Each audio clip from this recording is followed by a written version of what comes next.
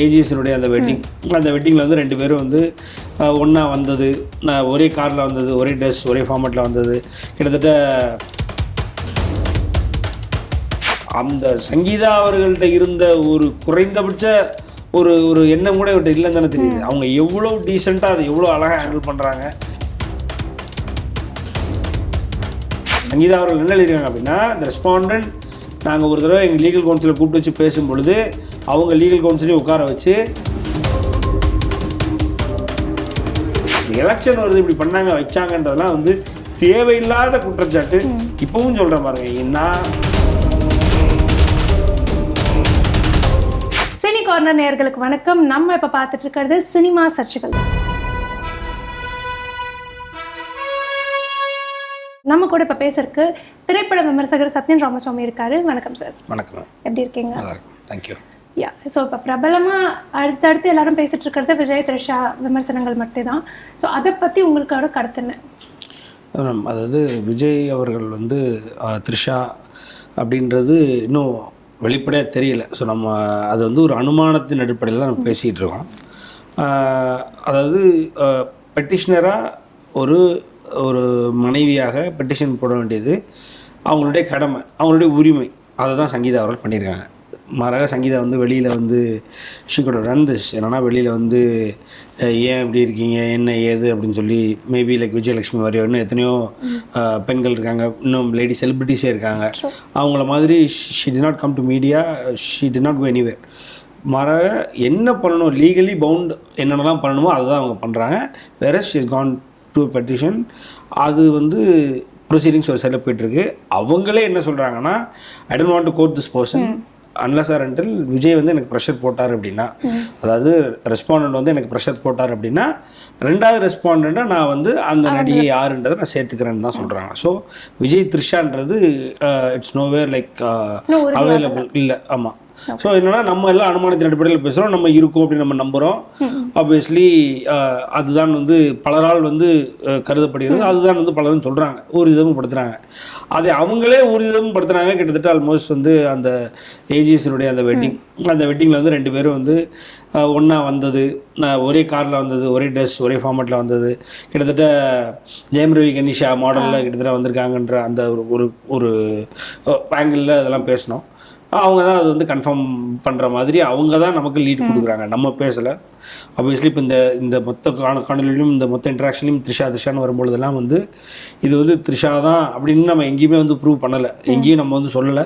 நமக்கு எதுவும் வந்து ஆணித்தரமான ப்ரூஃப்லாம் நம்ம கையில் எதுவும் இல்லை.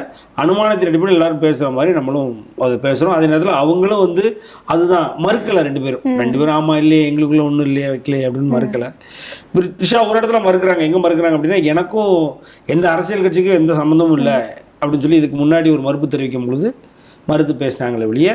மற்றபடி எனக்கும் இந்த மாதிரி நீங்கள் எல்லாரும் பேசிகிட்டு இருக்கிறது எந்த சம்மந்தம் இல்லை, உங்கள் மேலே நான் ஒரு நடவடிக்கை எடுப்பேன் வைப்பேன்னு எங்கேயுமே அவங்க எதுவும் பேசலை, வைக்கல. ஸோ அதனால் அவங்க 2 பேரும் நம்ம இங்கே வந்து தே ஆர் மேபி இவங்க கோட் பண்ண மாதிரி, பெட்டிஷனர் கோட் பண்ண மாதிரி அந்த இல்லிசிட் அடல்ட்ரஸ் ரிலேஷன்ஷிப்பில் விஜய் அவர்கள் இருக்கும் பொழுது அந்த ரிலேஷன்ஷிப்பில் இன்னொரு பார்ட்னராக வந்து மேபி இருக்கலாம் அப்படின்னு நம்ம சொல்கிறோம். அவ்வளோதான். இப்போ இவங்க 2 பேரும் ஒன்னா அந்த கல்யாணத்துக்கு போனது தான் பிரச்சனையா அப்படின்னு நிறைய விஜயோட ஃபேன்ஸ் இருப்பாங்க இல்லையா, அவங்க ஏன் 2 நண்பர்கள் ஒன்னா கல்யாணத்துக்கு போகக்கூடாதான்?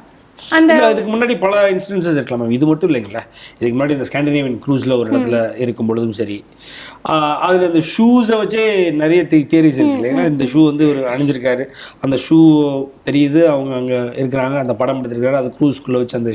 அதுக்கப்புறம் நார்வேயில் ஒரு இடத்துல வந்து ஒரு சிசிடிவி ஃபுட்டேஜில் 2 பேரும் ஒன்றா இருக்கிறாங்க. விஜய் அவர்கள் வந்து என்னோட நினைவு சரியாக தான் கோட் படத்தப்ப அந்த கோட்டுக்காக அவரை எங்கே காட்டுறதுக்கான அந்த போர்ஷன்ஸை வந்து சிஜி பண்ணுறதுக்காக அவர் அமெரிக்கா போயிருந்தார். அந்த டைமில் த்ரிஷா அவர்கள் அங்கே இருந்தாங்க, நியூயார்க்கில், கரெக்டாக ப்ராப்பராக நியூயார்க்கில் இருந்திருக்காங்க. அண்ட் அது போக தனி விமானத்தில் பயணிச்சிருக்கிறாங்க யார், கீர்த்தி சுரேஷ் அவர்களுடைய கல்யாணத்துக்கு. அதுக்கு முன்னாடி அவங்களுடைய பயணங்கள் ஒரு சில நேரங்களில் அதுவும் வந்து ஹைலைட் ஆகிருக்கு. அப்புறம் பார்த்திங்க அப்படின்னா, இந்த கோட் படத்தோடைய ஃபர்ஸ்ட் டே ஃபர்ஸ்ட் ஷோ வந்ததாக இருக்கட்டும், பல நேரங்களில் ஐ லவ் லியோ, அதாவது விஜய் பற்றி எழுதும்போதாக இருக்கட்டும், எவ்வளோ பிரச்சனை ஆனாலும் உங்களை நான் அது வந்து அது ஆனிவர்சரி அப்போ விஜய் அவருடைய ஆனிவர்சரி மேரேஜ் ஆனிவர்சரி அப்போ எவ்வளோ பிரச்சனையாக இருந்தாலும் I'll be the one you know to be with you அப்படி இப்படின்ற மாதிரி எழுதுனா இருக்கு பல இருக்குது. அந்த ஒரு விஷயம் மட்டும் இல்லை, இதுக்கு முன்னாடி ஹிஸ்ட்ரி இருக்குது. And after so many engagements பிரேக்கப்புக்கு அப்புறம் கூட என்கேஜ்மெண்ட்டை அவங்க பிரேக் பண்ணி கூட இன்னும் she is waiting for something else to happen அப்படின்னா அது மேபி இதுவாக இருக்கலாம் அப்படின்ற ஒரு ஸ்ட்ராங்கான ஒரு அண்டர்ஸ்டாண்டிங் வருது.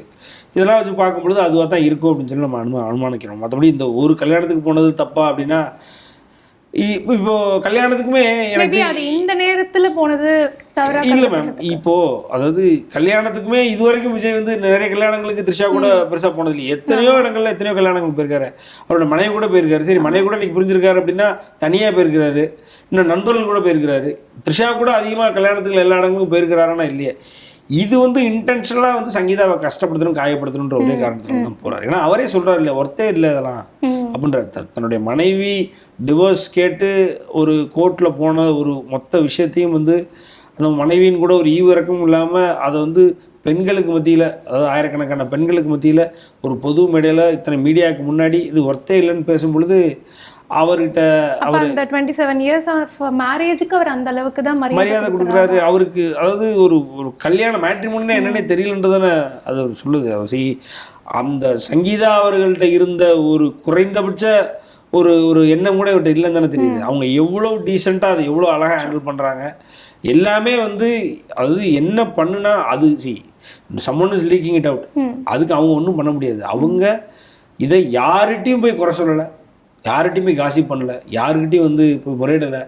எங்கே முறையிடணுமோ சட்டத்திட்டத்துக்கு உட்பட்டு அவங்களுக்கு உரிமை என்ன இருக்கோ அந்த உரிமையை தான் அவங்க பண்ணுறாங்களே ஒழிய இவ்வளோ ஜெனியூனாக இருக்கும் பொழுது இந்த ஆள் அதை ஒரு எத்தனை பேர் இருக்கக்கூடிய ஒரு இடத்துல வந்து அதெல்லாம் ஒருத்தே இல்லை, அதை விடுங்க, அது என் விஷயம் அப்படின்றது. அப்படிங்கும்போது எவ்வளோ ஒரு பேடான ஒரு எக்ஸாம்பிள் செட் பண்ணுறாரு அப்படின்றதான் தெரியும். இப்போ இது கரெக்டாக தேர்தல் நேரத்தில் அவங்க இந்த பெட்டிஷன் வெளியிட்டதுனால இவங்க வந்து ரிவெஞ்ச் எடுக்கிறாங்களா, டார்கெட் பண்ணுறாங்களா அப்படின்னு ஒரு கருத்து வெளியிடுதில்ல, அதை பற்றி என்ன நினைக்கிறேன்? இல்லை மேம், அதுதான் அவங்க சீக்வன்ஸ் ஆஃப் ஈவெண்ட்ஸ் இருக்குல்ல மேம். 2021 இவர் பிடிபட்டிருக்காரு, கிட்டத்தட்ட கையும் களவுமா பிடிபட்டிருக்காரு.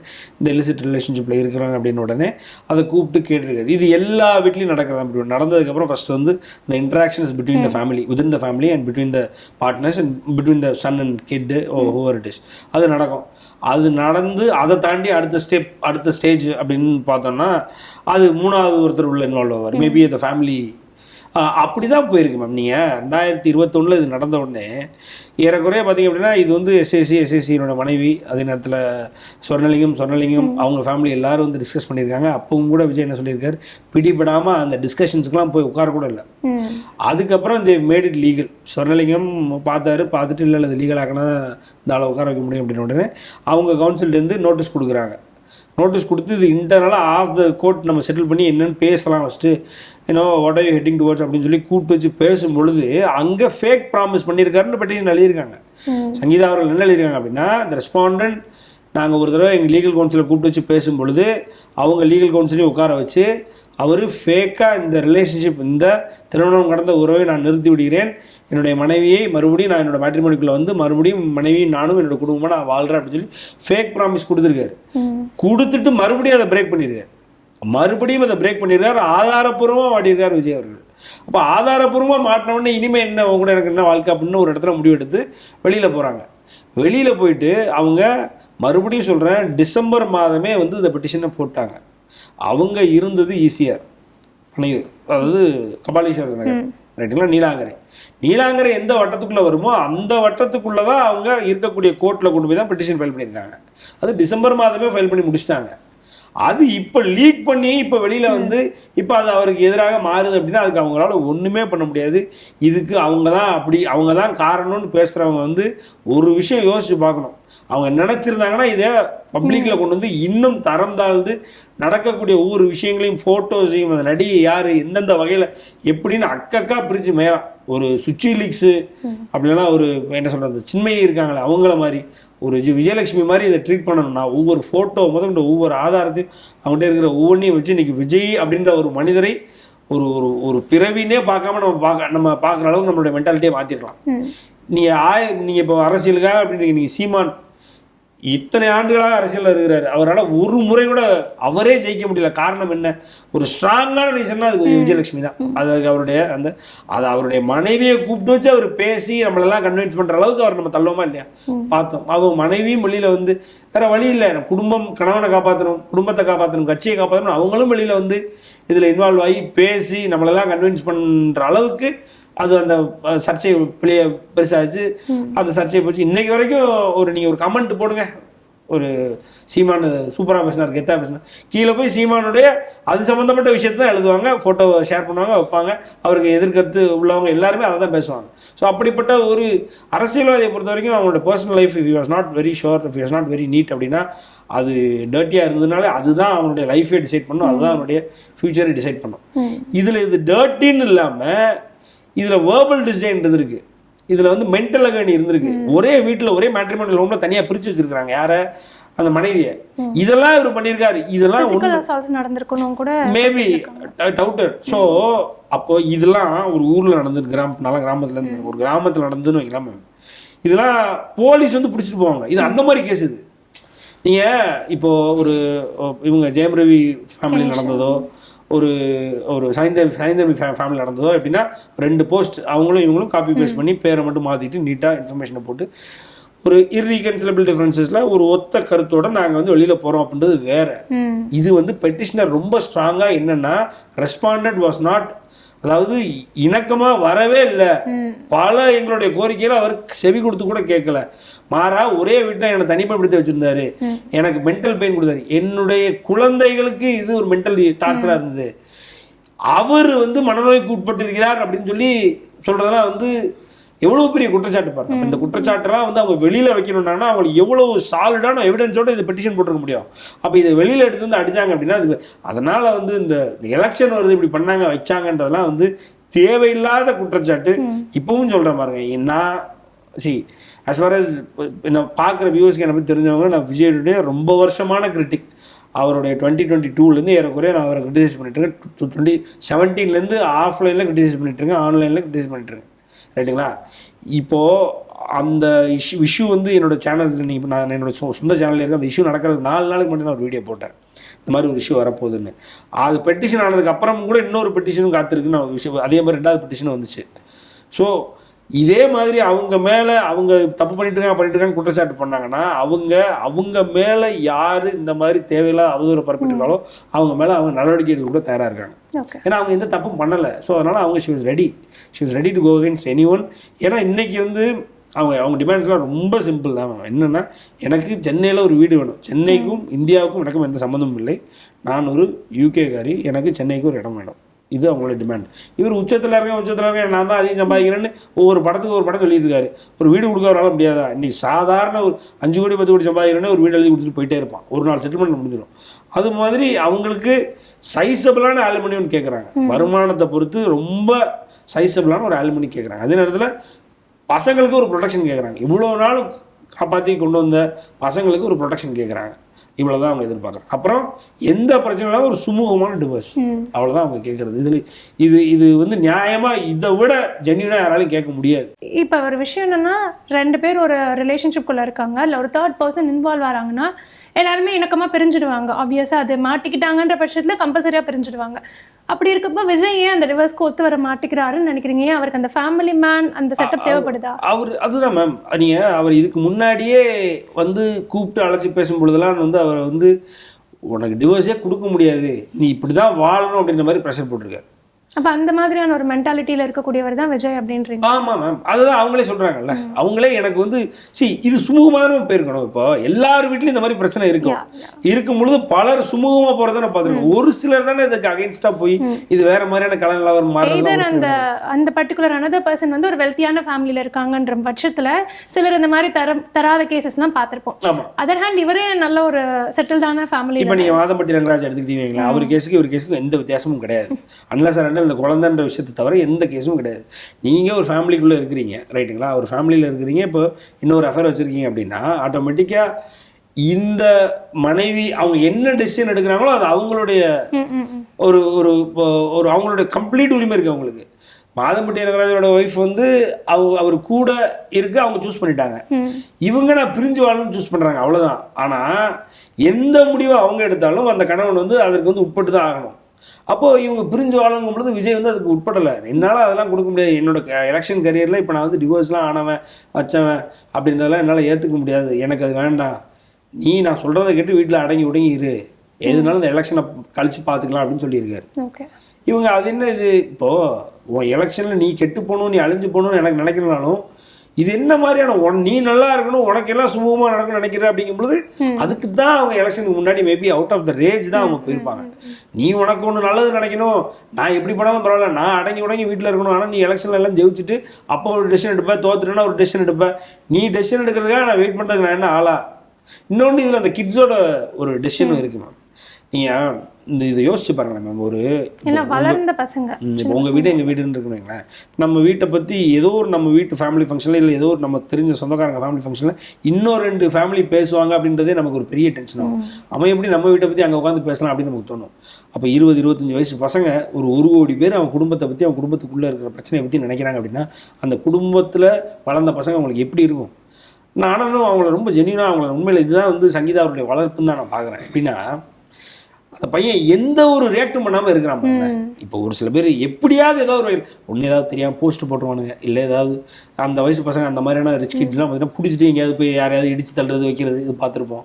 இல்லை எங்கேயாவது வெளியில் அதை பற்றி ஏதாவது ரியாக்ட் பண்ணியிருப்பாங்க, வெளியில் எதாவது பற்றி பேசுவாங்க வைப்பாங்க. ஆனால் எந்த ஒரு ரியாக்ஷனும் கொடுக்காம அந்த அப்பா அம்மாவோட டிசிஷனுக்காக வெயிட் பண்ணிட்டு அந்த குடும்பத்தோட ஒரு மரியாதையை காப்பாற்றுன்றதுக்காண்டி அதே நேரத்தில் தன்னோட கரியரையும் ஃபோக்கஸ் பண்ணிட்டு அடுத்தது இப்போ விஜய்ன்றவரை வளர்த்து விடுறதுல அப்பா, அதாவது ஜேசன் சஞ்சயனுடைய தாத்தா எஸ்ஏசி அவர்கள் விஜய்க்கு எவ்வளோ கிட்டத்தட்ட 30 வருஷம் விஜயனுடைய கரியரை கொண்டு வந்து ஷேப் பண்ணி விட்டது 20-25 வருஷம் அவங்க அப்பா தான். துப்பாக்கி வரைக்கும் அவங்க அப்பா கொண்டு வந்து விட்டது தான் விஜய். அதுலேருந்து அதுக்கப்புறம் ஒரு 10 படம் கூட விஜய்க்கு வந்திருக்காரு. அப்படிப்பட்ட 30 இயர்ஸ் கரியரில் 20 இயர்ஸ் அவர் ஷேப் பண்ணி கொண்டு வந்து எஸ்ஏசி. ஆனால் இந்த பையனுக்கு அந்த சான்ஸ் இருக்கா? அந்த சான்ஸ் இல்லை. அவனே தான் வளரணும், அவனே தான் அவன் குடும்பத்தில் உள்ள இவ்வளோ கஷ்டத்தையும் பிரச்சனையும் எல்லாத்தையும் தாண்டி அந்த கேட்க ஏதோ ஒரு இடத்துல வாடகை இருக்கிறான் அந்த பையன். சொல்கிறாங்க நியூஸ், இதெல்லாம் எவ்வளவு பாவம். அப்படி அவ்வளோ கஷ்டத்தில் அப்போ அந்த பசங்களுக்கு இதெல்லாம் நடக்குது அப்படின்னா அந்த அம்மா பக்கத்தில் கூட நிற்கணும்னு நினைக்கிறாங்க அப்படின்னா அப்போ தான் தப்பு பண்ணியிருக்காரு. அம்மா பக்கத்தில் நம்ம நிற்கணும்னு நினைக்கும்போது அப்போ அந்த பசங்களும் வந்து இன்புட் கொடுப்பாங்களா? அது என்ன நீங்கள் அவர் இஷ்டத்துக்கு நீ கொண்டு போய் கொடுமா பெட்டிஷன் சொல்லுவானுங்களே, இது வந்து நம்ம பண்ணுவோம்ல. அப்போ அதான் பண்ணியிருக்காங்க, அவ்வளோதான். ஸோ இதை விஜய் வந்து ஹேண்டில் பண்ண தெரியாமல் அவருக்கு வந்து இந்த கணவன் மனைவி இந்த டிவோர்ஸ் ஆகாத ஒருவன் அப்படின்ற இந்த டிவோர்ஸ்ன்ற கரை அவருக்கு வேண்டாம், இது இந்த எலெக்ஷனுக்கு முன்னாடி நடந்திருக்க வேண்டாம் அப்படின்னு அவருக்கு ரொம்ப ஆசைப்பட்டிருக்காரு. அது நடந்தது அவருக்கு இப்போ வெறியாகுது. அன்னைக்கு இந்த விஷயம் வெளியில் வந்ததுக்கு அப்புறம் கூட அந்த குறிப்பிட்ட நடிகையினோட அழுத்தத்தின் பேரில் தான் போய் இன்னும் அவளை போய் படுத்துவோம், அவங்களை இன்னும் டென்ஷன் ஆக்கும், எரிச்சலாக்கும் அப்படின்ற ஒரு ஒரு ஒரு விஷயத்தினோட வெளிப்பாடு தான் அது, வேற எதுவுமே கிடையாது. அந்த விஷயத்தினோட வெளிப்பாடு. ரெண்டாவது அதுக்கப்புறம் அவங்க கிளம்பி வந்தாங்க. உங்களுக்கு தெரிஞ்சிருந்துன்னா நீங்கள் ஏர்போர்ட் ஷோவில் அவங்களோட பிக்சர்ஸ்லாம் பார்த்துருப்பீங்க. வந்தாங்க, அந்த இடத்துல அவங்கள தங்க விடலை, அதனால தான் 2வது பெட்டிஷன் கொடுத்தாங்க. அவங்களுக்கு தெரியும் தங்க விட மாட்டாங்கன்னு. இப்போ அவங்க எங்கே தெரியுமா இருக்காங்க? இந்த வடபள்ளி, இதே வடபள்ளி ரோட்டில் க்ரீன் பார்க் இருக்குல்ல, அங்கே தான் இருக்கிறாங்க. அவங்க சூட் ரூமில் இருக்கிறாங்க. அவங்களுக்கு பண விஷயமே இல்லை, விஜய் கொடுக்குற பணம் தான் அவங்களுக்கு தேவையில்லை. விஜய் பணம் இதுதான் பார்க்குறதுக்கு முன்னாடி அவங்க அப்பா அவங்க கோடீஸ்வரன், ஏன்னா அவங்களுக்கு பணம் பிரச்சனை இல்லை. ஆனாலும் இதெல்லாம் வந்து ஒரு டியூட்டிஃபுல் ஒய்ஃபோட ரைட்டு. இன்னைக்கு இவங்க ஒரு சரின்ட்டு இதெல்லாம் தலையை ஆட்டிட்டு தலையை குனிஞ்சிட்டு வெளியில் போயிட்டாங்கன்னா நாளைக்கு இவங்க பொண்ணு திவ்யா சாஷா இந்த மாதிரி தான். அதே நேரத்தில் இவங்க ஒரு தப்பான உதாரணத்தை இருக்கக்கூடிய சொசைட்டியில் இருக்க எல்லா பொண்ணுங்களும் செட் பண்ணுற மாதிரி ஆகிடும். இது ஒரு மோசமான பேட்டர்ன் ஆயிருன்றதுனால தான் இதை உடச்சி காசை வாங்கிட்டு இவனை ஒன்றுங்களாம் ஆகிட்டு போகணும்னு நீ உட்காந்துருக்குறாங்க. சர்ச்சைக்குரிய விஷயங்கள் பற்றி நிறைய பேசிட்டு இருக்கோம். மேலும் அவர்கிட்ட நிறைய கருத்துக்கள் தெரிஞ்சுக்கலாம். பார்ட் 2 வீடியோவில் பார்க்கலாம்.